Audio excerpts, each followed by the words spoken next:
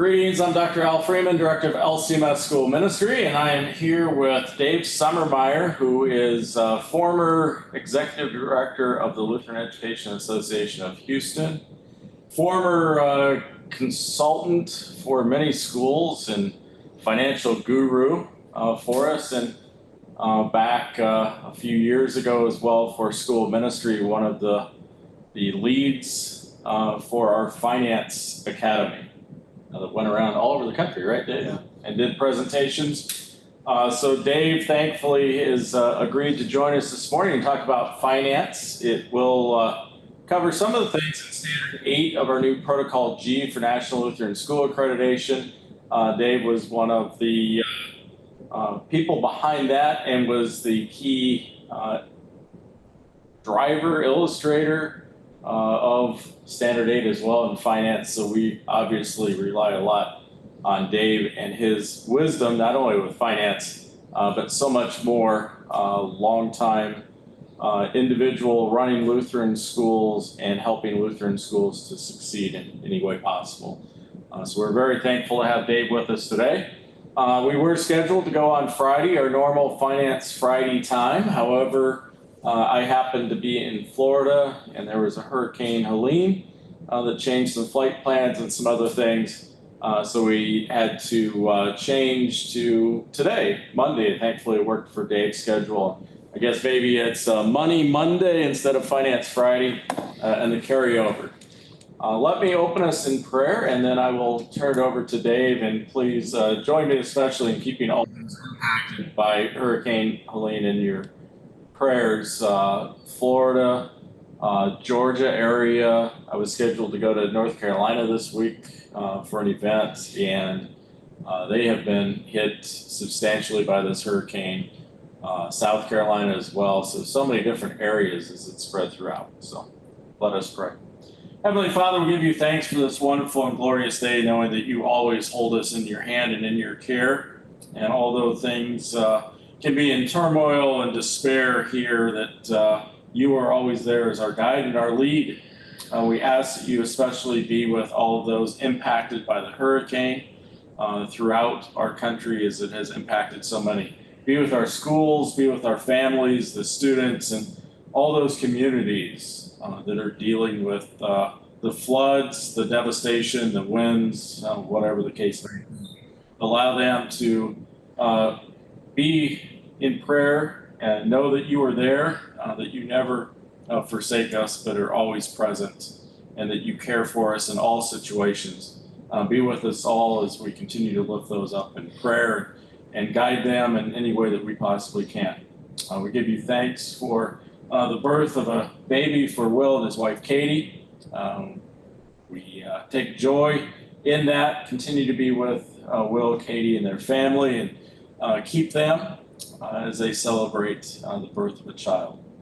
We ask you to be with Dave this morning. We give you thanks for his willingness to constantly serve you in so many different ways, and to be with us today to talk about finance, but more importantly, to talk about ministry and how we serve and how the schools, our Lutheran schools out there, spread your precious gospel message in so many ways and at all times to students, families, and the community at large.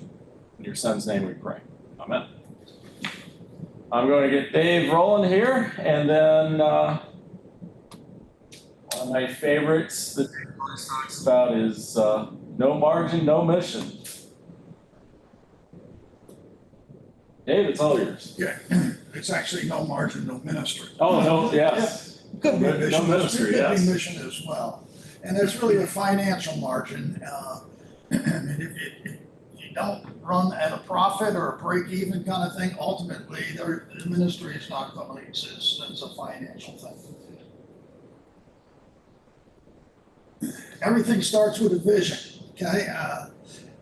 I've kind of defined vision as a preferred future condition. From a financial perspective, it's the margin of income exceeding expenses. I set a goal of this, could be in the range of 5%, that margin is there in case something falls through the cracks and so forth. But a vision is a clear roadmap of how an organization plans to accomplish its mission. I use a 3 to 5 plan approach for visioning with 3 to 5 goals, 3 to 5 objectives for each goal, 3 to 5 strategies to accomplish each objective, 3 to 5 action steps for each strategy, and then each step requires who was responsible, the time frame, cost, and accountability. If somebody wants more information on that, you contact me and I'll get it to you.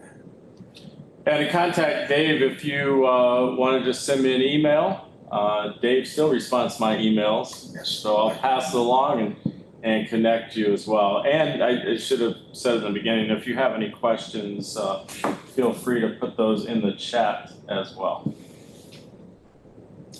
Okay, National Lutheran Schools Accreditation, Section 8 of the process, in that accreditation process, deals with finances. Financial benchmarks address goals, they address progress points, accomplishments.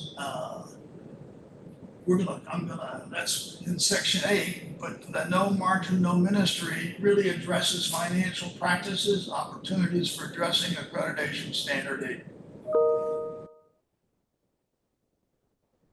Sound finances begin with leadership and responsibility. Governing board, okay, or other defined group is critical in having people capable of helping and taking responsibilities. I've always had a lawyer, somebody who was a banker or an accountant, person who was an executive, occasionally a parent. I don't advise that. So Dave, why not a parent? And I'm with you on that one, by the way, and I think that's a good one to hit on. I think parents come with a view of how things are as far as they're as a parent kind of thing. They're not inclined to increase tuition if it needs to be increased because it comes out of their pocket kind of thing. So I think when you talk about some of the sensitive issues, having a parent there is not necessarily the way to go, because the parent's got to go back and talk to everybody else that's the parent with them. Yeah, I always say you put them and the school kind of in a bad position, so you just want to avoid that. I would have education, somebody that's an educator, somebody that's a financial advisor, someone who understands the numbers. I think that's a key issue as far as getting a board. So it's just not each member brings something else to the table. Administration, school leadership, the principal or assistant, is responsible, whoever is responsible for the school's budget should be in their accountability. Governing and school leadership must be held accountable. Operate in the black. Income should exceed expenses. Goals at least 5%. So to cover a margin there. Clarity and understanding and distinguishing the school's finances separated from the owning governing organizations. In other words, you gotta understand the school's finances over and against the church's finances that govern it. So you know what it really costs you, what it's costing the church to operate that school. The church should, okay, and can provide financial support. What will happen if the financial need is greater than the governing organization can provide? In other words, the congregation can't continue to cover that. I think one of the things that happens a lot of times in trying to get through the end of the year, schools and organizations tend to use prepaid tuition fees and others, things paid in advance for the next years. Don't use them because that money is dedicated for the next year, and I've found that happening a lot. So Dave, what do you do if you find yourself in a financial position, because basically you're borrowing against next year from yourself, Right. and you're just kind of kicking the can down the road? So what's your recommendation if you're in that financial state as a school where you're looking to, what can I do?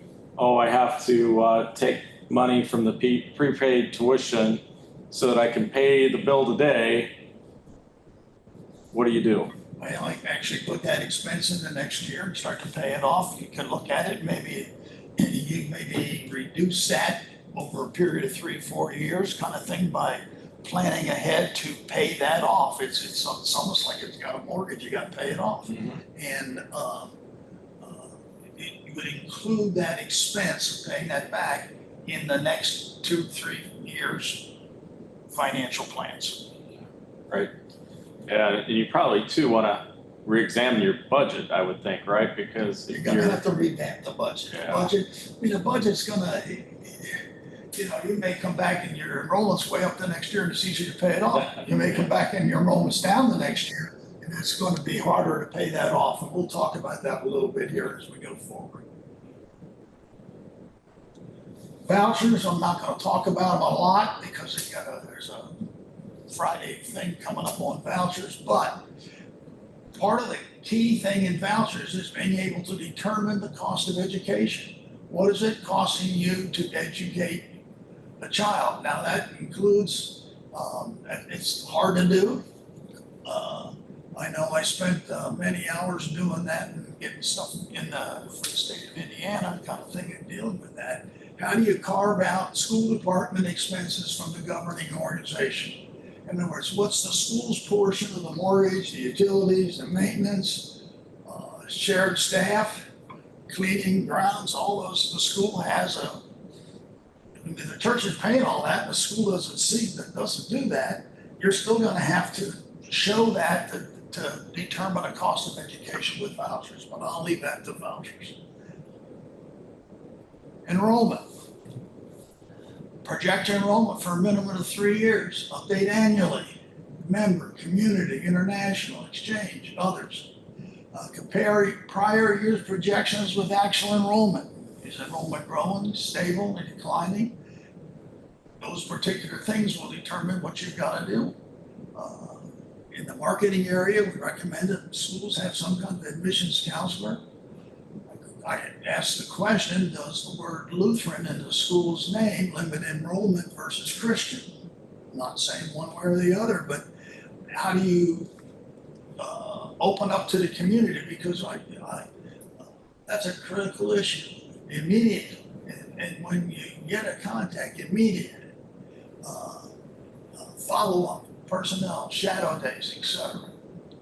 Understand and calculate the value of your empty seats. Something is better from that empty seat than nothing from that empty seat. 5 empty seats in 8 grades equals 40 empty seats. Can they be filled? If discounted, address that aggressively kind of thing. And if you get $2,000 instead of a $4,000 tuition, that's $2,000 more than you would have had, okay? But you look at 40 empty seats, that gets that's something you go back and then some places there's more than 40 empty seats. That's saying that you got your normal seat is 25 and you only got 20. You fill with 25 and you only got 15 in there. That just compounds that whole issue. You got to go back and say, how do we fill?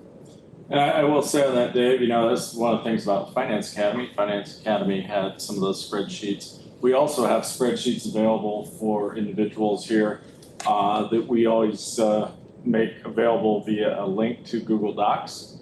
So we'll share some of those as well. But I think with all of that, the component, you talk about the knowing the cost to educate a child is incredibly important. Otherwise, you're flying blind, right? And then your empty seat costs, you should know what it costs you to run that classroom, and what the value of each seat is. So there's a lot of things here in Finance Friday. And in Dave's presentation here, But again, we address with some spreadsheets that you can put your numbers in and calculate these, but you should know them. Costs are going up and up and up and up and up, okay? Salaries and benefits, what are your goals? My recommendation is you meet or exceed district or synodical guide recommendations.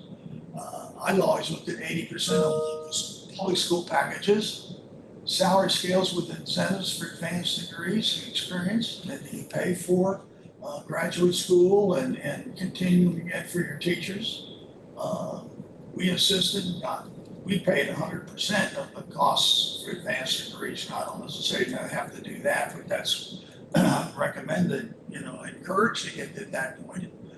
You want to take that excuse away from faculty members that they can't afford to get the advanced degrees. Do not fund operations on the back of underpaid or poorly paid workers. That's just a comment there. Note the new Concordia plan rate increases are coming, so you got to prepare for those as well. But I will mention that salaries and benefits, districts provide salary scales, so you can go to district websites and find that information. And Concordia Plans also has the salary calculator, so you can go and you can plug in the information in their salary calculator. And again, if you don't have that web address, we'll get that in the information we send out as well. But that salary calculator, one of the interesting things about it, you plug that all in, it gives you pages of benefit information as well and what's comparable in your area. So it's more than simply just, hey, here's a salary guideline for you. Here's benefits and some other things that are going on in your area. Tuition, it's increasing exponentially, okay? It has to. I'm seeing numbers minimally $5,000, well, it should be the other way around, $2,000 to $5,000 in Lutheran schools. Even higher in private schools. Monitor what's going on in comparison. There's all kinds of tuition plans, member, non-member, sister congregation, some organization. And then what kind of financial assistance packages do you have? States with vouchers and or tax donation programs bring those numbers down dramatically. There is no reason in the state, and I can only talk about Indiana because that's where I was working. There's no reason that a person cannot afford to send their kids to a Lutheran school. But then you've got to market that and make that happen.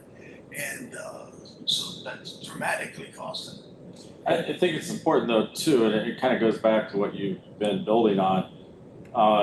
Don't give lack of better phrasing, a false number for tuition, right? Because the voucher programs or tax programs see your tuition at $3,500, but in reality, it's $8,000 to educate a student. Sometimes as Lutheran schools, we like to put a number down there because you're getting money from the congregation or wherever else. Put the actual number down or you may miss out on some voucher dollars, right? We talked about that briefly when filling out with vouchers, Yeah. and you'll see that more when you look at vouchers closely, how to do that.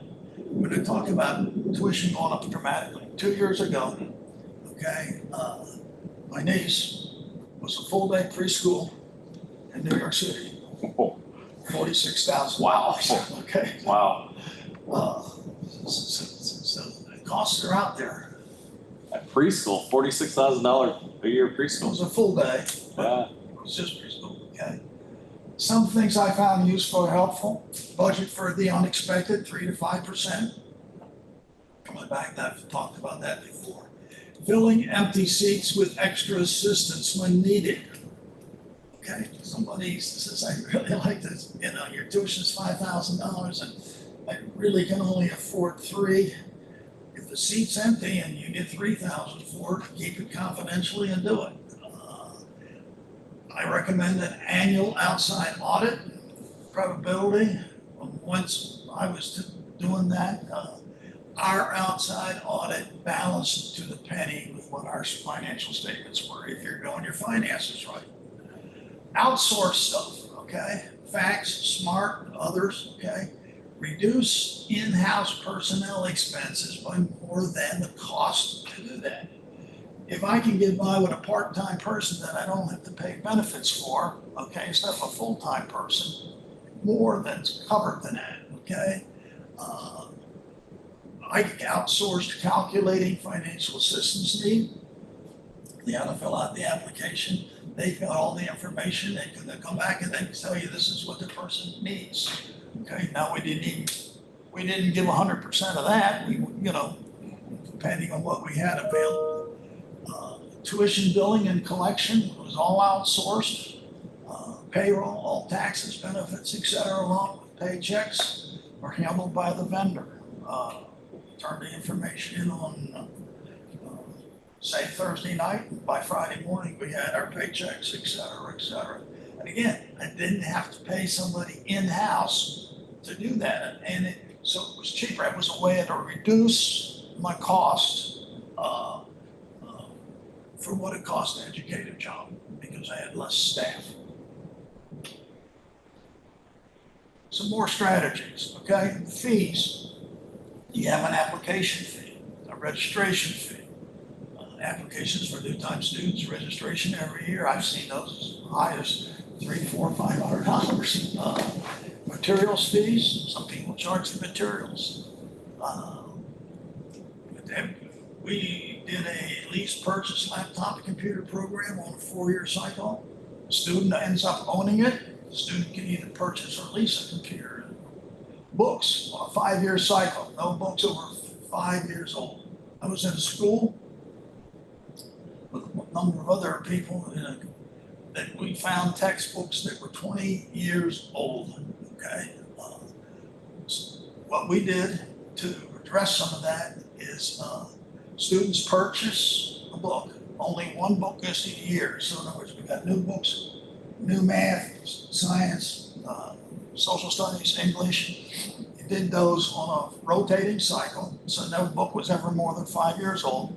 Students bought their books. So only had one was new, so they were buying the others at a reduced, price.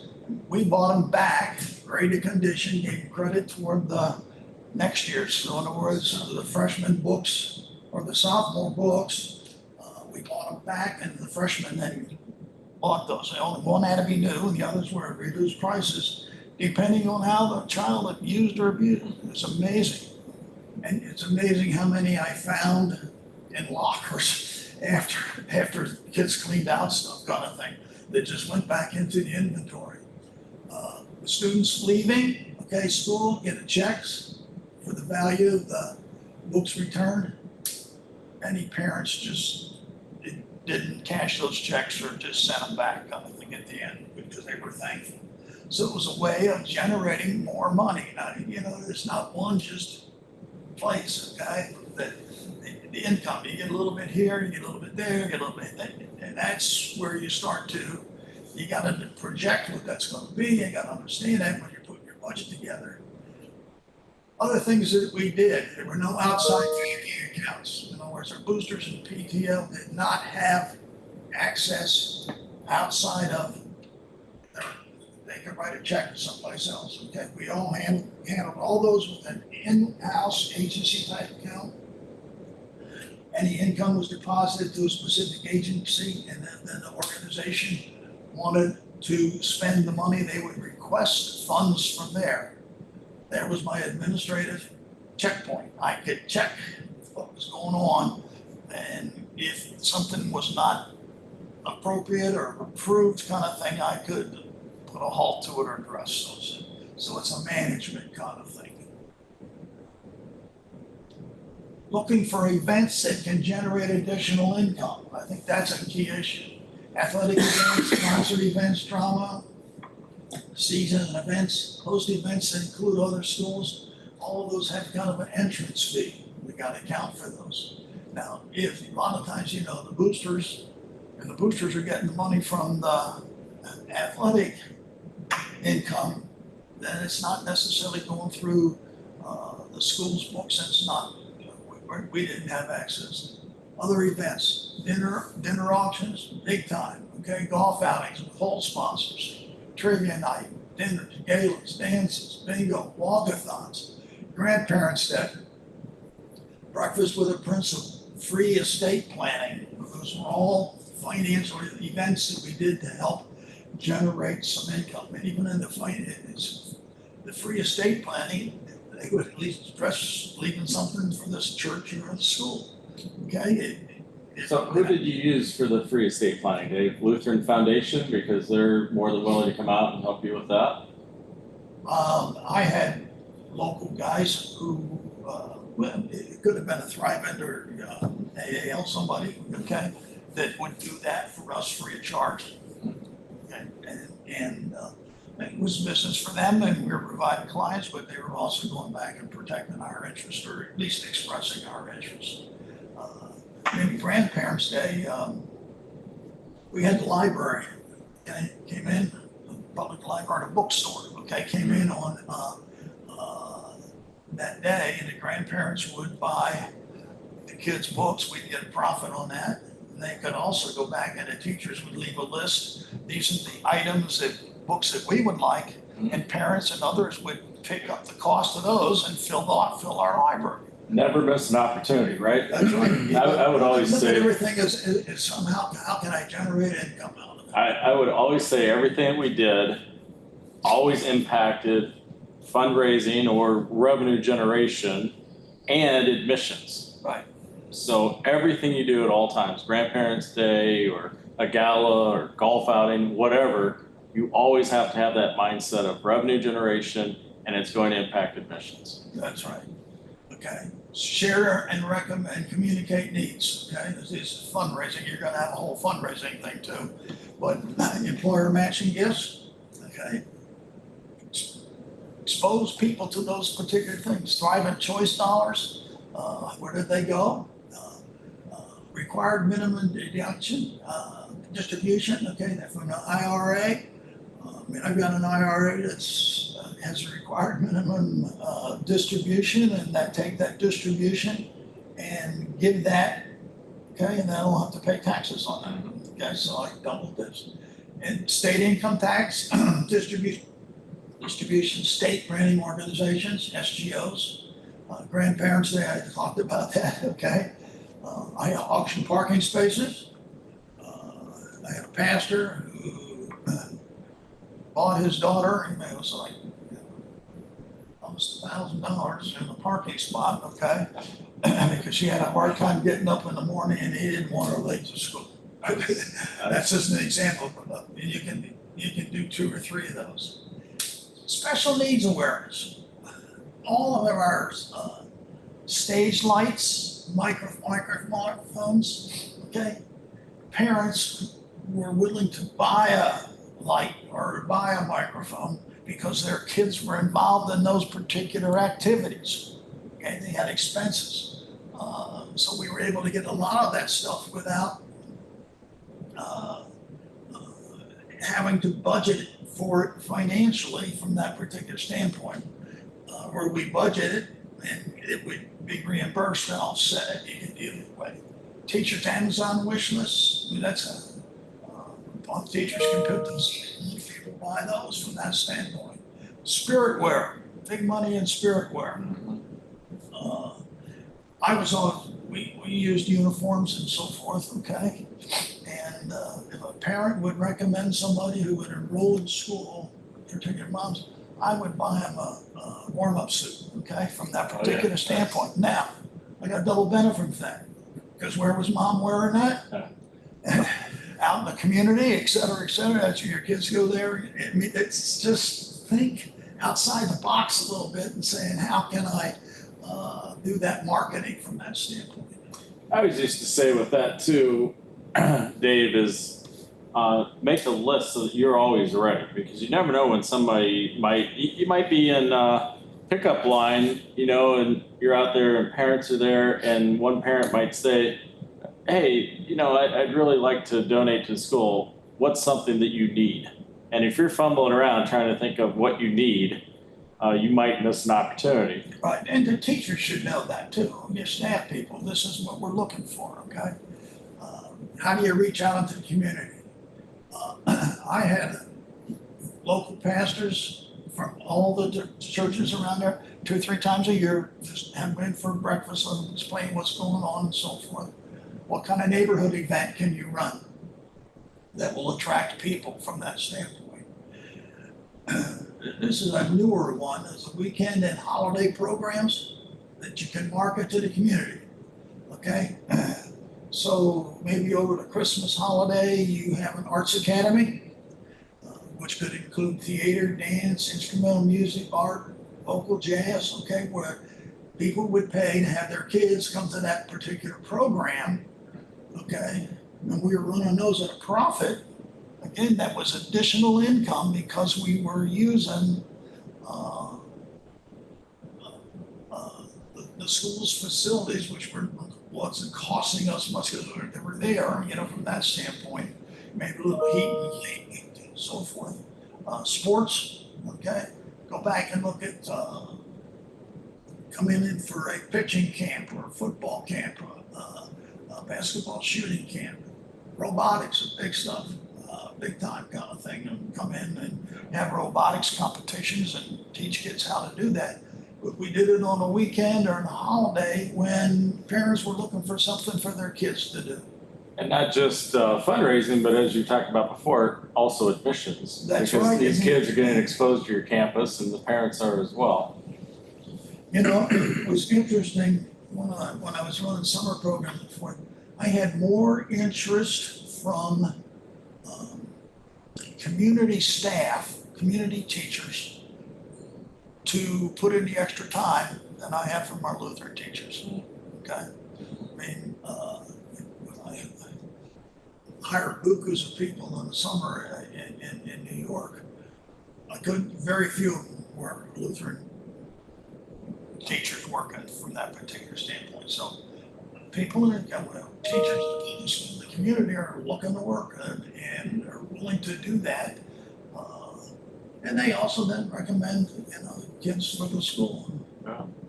Well, and Dave, you ran one of the largest programs in the country at Long Island. In summer. Yeah, that was massive. I mean, how many kids participated in that every summer? Oh, 100,000 maybe. No, Yeah. no. 3,000 or 4,000. 3,000 or 4,000 bus routes all over the place. All over the place. Yeah. And that's all changed. That price for what we is 5 times higher today than it was back then. Okay. Facilities enhance quality academics. Okay. It's important in attracting an enrollment that your facilities are first class. And I know sometimes that's hard to do and renovate and so forth, but go back and renovate a classroom a year kind of thing and upgrade it with the latest technology, flexible learning space, foster collaborative creativity, furnishings compatible with activities, make sure your facilities are well maintained inside and out. It's amazing what a coat of paint will do. Yeah, and I always say too, it's nice. One, I always recommend bring some real estate agents in and have lunch with them because, you know, they're selling homes to families and let them see your school. They might promote it, but also, you know, get somebody that has maybe is a real estate person, come in and have them walk around your school. They'll be able to tell you you're missing paint over here, or that doesn't match, or this or that. And you don't necessarily have to do everything at once, but you should definitely have a punch list and have a plan over time, right? Yeah, because people are looking to volunteer. They'll do, you know, from that standpoint, if you can come up with the supplies and so forth. Finally, dare to imagine different. Be the first on the block. Have the courage to act on imagination. Look forward, not back. Have more dreams and memories. Amen. Amen is right. If you have any questions, feel free here. You can raise your hand. We'll get out of the presentation and get to the Brady Bunch squares here to see if you have any questions. You can raise your hand or just hop on or type it in chat, and Dave is more than happy to answer any of those questions.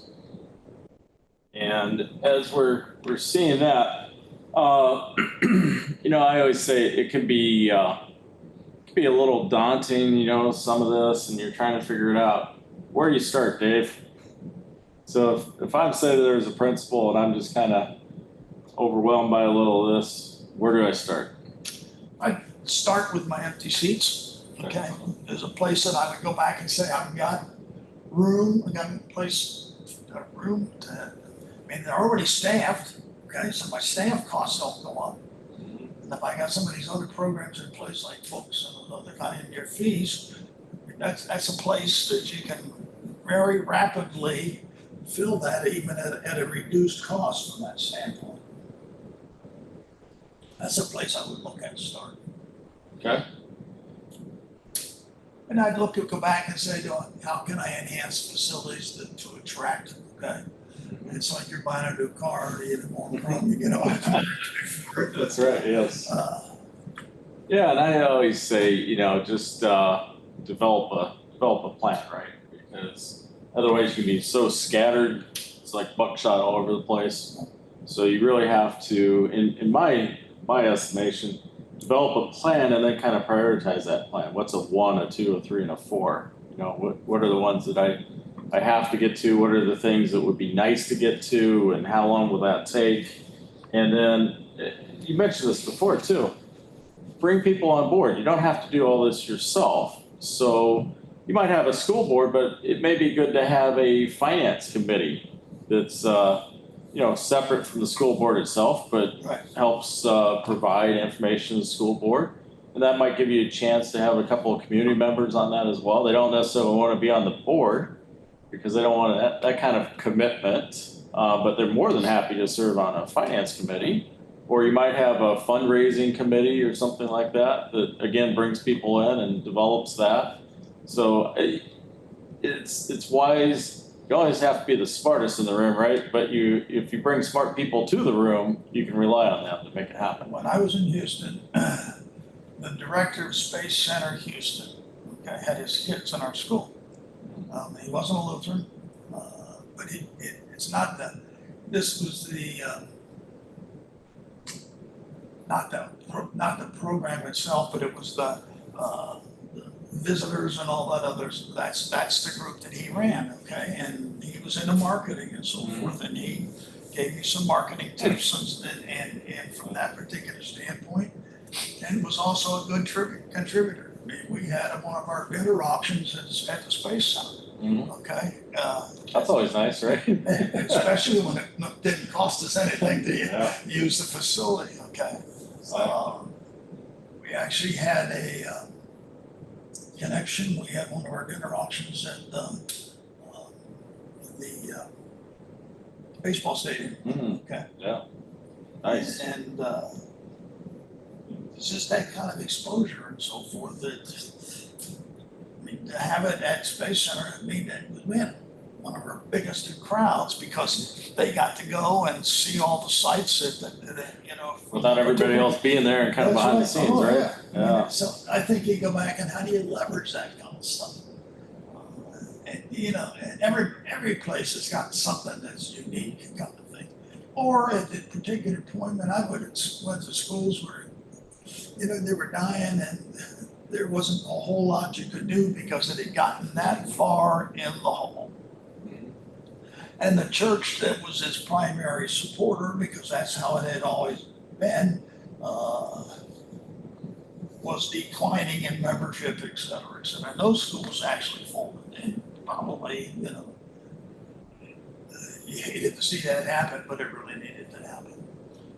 Yeah, which really is why Standard 8's back in accreditation, right? Because that's something we're trying to avoid happening is just spiraling down and not paying attention to financial standards and how to make sure that you are financially sustainable. I always say when I go out and I talk with people or I present at conferences, 2 main reasons why Christian schools close. Number 1 is always finance, which makes sense, right? Right. No money, no margin. No ministry. And 2, leadership. Right.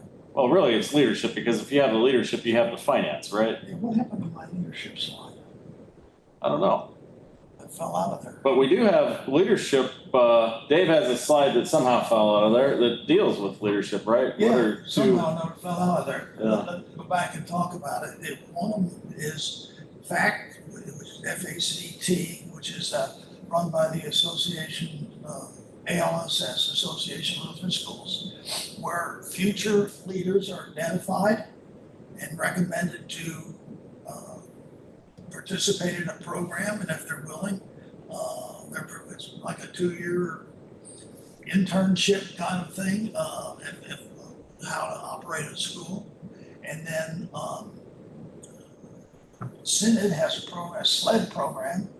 I can't remember what the School leadership development. So we're really creative in that, right? The SLED program. But that again is a program that schools could ask some of their people on their staff maybe to go into that if they want to go into administration. I mean, there's a $500 cost, but after that, everything's covered. And I think most schools would cover the $500 cost if they were going to get or sometimes a district too. Sometimes a district will cover that for you, depending on. You know, from that standpoint. But I think that's a program that needs to be looked at and to get people who are, you know, on board with some of the leadership, and also with somebody who wants to be in leadership that doesn't cut the mustard in those particular programs. Okay, it singles that out from that standpoint. So I think that's a key issue. Both are really strong programs. You have leaders who are doing the presentations. I think ALSS is in fact cohort 6 right now, and we talk with one another on what's going on. And SLED, we're going to be approaching SLED 25, so the silver anniversary coming up here of SLED. And again, it's a year-long program. We do work online using Moodle Learning Management System. You're in a small cohort to talk with one another, and you are provided a mentor as well. So, you know, both programs really practical information on how to be an administrator. Right. Financial stuff, just communication items, several of these things. If you're interested, again, contact us. SLED program materials, the application is online, and we open that up January 15th. And then we close that March 15th for the cohort of SLED 25, and it looks like we have a couple of SLEDers on the Zoom right now. So talk to individuals who have been through it or are currently going through it. To me, that's always, you know, your finance and your leadership go hand in hand, and I think you put something up there too. You know, the fourth source funding, sometimes we refer to it as being on the backs of your teachers. Yes. Because a lot of times it might be your board and you're looking at, well, how are we going to make a go of it next year? Well, we just won't increase salaries. Right. And that's been a struggle lately because of inflation the last couple of years has been significant. Salaries don't exactly keep up with that. So it's about financial planning. We talk about it as individuals and families. We need to have financial planning. You talked about the 3-year projection of enrollment. You should always be keeping up to date on, and you should always look at, do we bring kids in at a certain grade or do we lose students at a certain grade? You know, I'll hear some of our schools talk about the fact they'll lose students going into 5th grade because we don't have a Lutheran high school close by, so they want to go over to the middle school. Well, what are you doing to combat that? You know, what's your strategy? If you're just looking at it saying, oh, well, we lose students, that's not exactly a successful plan, right? That's right. So you should always be looking at enrollment and feeders and how do you grow that and how do you address that. And in today's world, I think even more so than before, because people have so much communication that's coming to them. They'll see Facebook pages, they'll look at online the school like niche.com or other school websites that rate your school and things like that, which again, I always feel like it's important that you go out and you start things. I always say control your narrative. You should be finding parents to make sure that they put the good stuff about your school on there. Don't let other people do that. And then be and know your context. So some people will say Faith Lutheran Las Vegas 6 to 12. Great school, great leadership. You know, you've got Steve Book there doing so many different things, and just wonderful programs. They have a flight simulator. They have a mock courtroom that the Nevada district there used to hold a couple cases and stuff. So a lot of things that they have that necessarily you may not be able to have, but that's okay. Know your context and fulfill what's important about your community and your school to serve that. Right. I mean, it's, what programs do you have that would attract people? I know Concordia High School in Fort Wayne has got a big JROTC program. Tremendous JROTC program that they lean into, and it's known through the community and really through the nation. People recognize that as a program. So, and they do a great job of recognizing, promoting that, and the school environment recognizes that. Tremendous. And their robotics team competed nationally and was world, okay? Yeah. And, #1 in the world in robotics competition for 2 years in a row. I think it's been more since that, but it's a tremendous program from that particular standpoint. My grandson was captain of that particular team, and that's a feather in his cap. Yeah, well, and their cap too. Exactly. Because they built that particular program. Exactly. Not everybody can do it. Mm-hmm.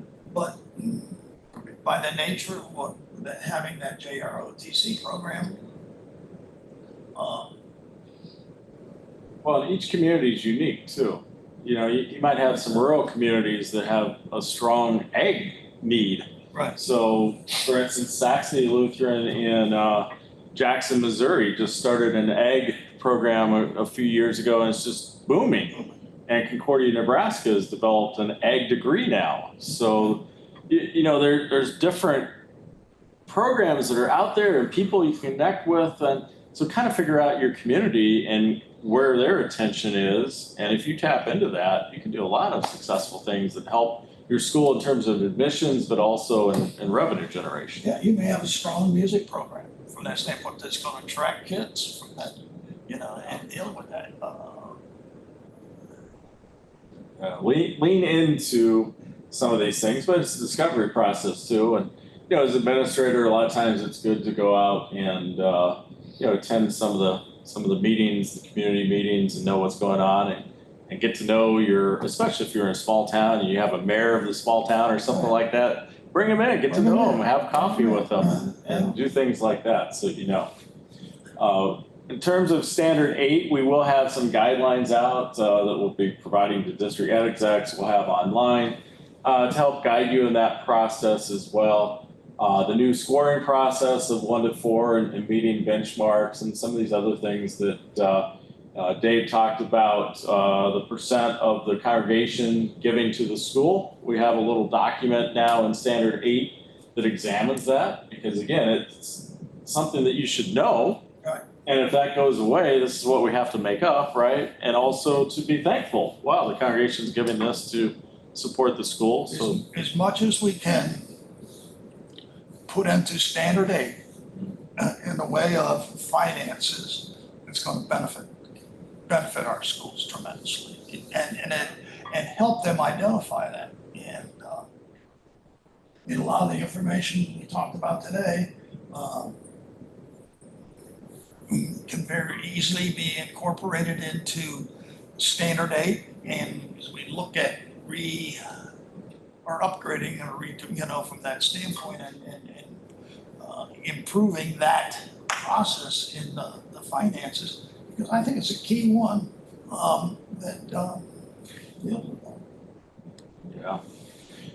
Yeah, and again, Dave's done a great job in organizing that Standard 8 so that we have, and it's really affirming some of those practices, but it's also helping to establish foundation and benchmarks so that you are a sustaining and growing Lutheran school, and identifying those areas that you might be struggling in so that they can be addressed, right? That's And the last thing we want to see are Lutheran schools closed. And today we have so many opportunities that are out there. 38 states right now that have some type of funding, some obviously more than others. We have several states now that have open choice programs and more that are examining that. So there are possibilities like there haven't been before. We see tremendous enrollment growth in the states that have a voucher program or a tax credit program of some sort. Enrollment in our Lutheran schools is increasing in those states. Right, and then the key to that is getting that vouchers, Yeah. doing the finances to say, it's really costing us about $8,000, okay, rather than $4,000 for tuition from that standpoint, and that's key. That is key. To pulling that out, and it's not easy to do. And I know when I did it for Indiana, it was like a 10-piece spreadsheet. Yeah, it's never easy to get money, right? But You need to put the time and effort in because there's so much that's there to help. so that you can prove it, and you can document it. This is what our actual cost is to educate a child. And once you do it, right, now you have it for the future, so. You just update the information every year from that standpoint. And it goes back and, one of the things that was a big one that is some places had, a significant amount of payables, okay, at the end of the year. How do you build that into paying that off as part of your it's in the budget expense, okay, but what's the school's portion of paying that off from that stand? It's and sometimes some of it's shifting things like some of the technology and computers and copiers and stuff like that, shifting that more to the school side than church side to increase the payout from that standpoint. And even in the voucher thing, as a pastor teaches an 8th grade religion class at Navy confirmation, a counterpart of his salary is education, okay? I mean, his salary, his benefits, okay, all those particular things ended up being a cost to the school from a voucher standpoint. So that's key, and that is going to continue to happen. Exactly, yeah. Yeah, as our friend Nicolette Gibson always says, leave no money on the table. Take a look, make sure you're putting everything in. In our Finance Friday on title funds, Nicolette talked all about that as well. And Dave, I'm sure you would iterate the same, don't leave money on the table because if it's there, you are. Go get it. Exactly. I mean, that's helping your school overall. That's helping toward salaries and benefits to our teachers. That's helping fund the programs for our students and the classrooms and everything. So, find that money and make sure that you're putting it to use too. Don't just let it sit there. Make those dollars work. All right, well, I don't see any questions, and I see we're kind of coming up on the time. As a reminder, this has been recorded, so it will be out there for on-demand viewing. We'll also make available to you a Google Doc link that has some documents in there that can help you with some of this finance information as well. Take a look at empty seats or school budgeting or some of these other things. Anything that we can do to help you and help our Lutheran schools as you continue to serve him. You're going to give him my email address. You can, yeah. You want to, or I'll email it out to him if you want. Yeah, if you got any questions, like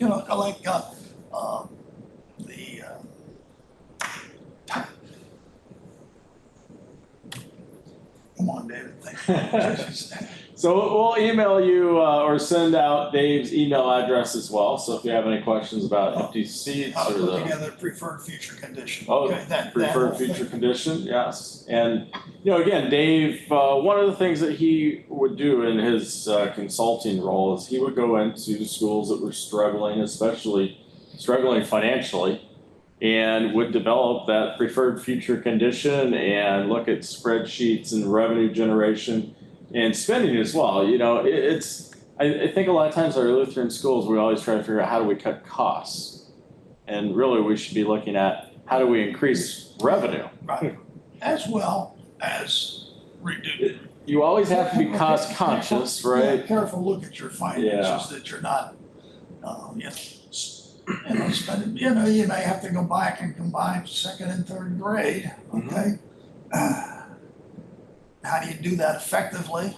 Okay, but you do save the cost of salaries and benefits of the teacher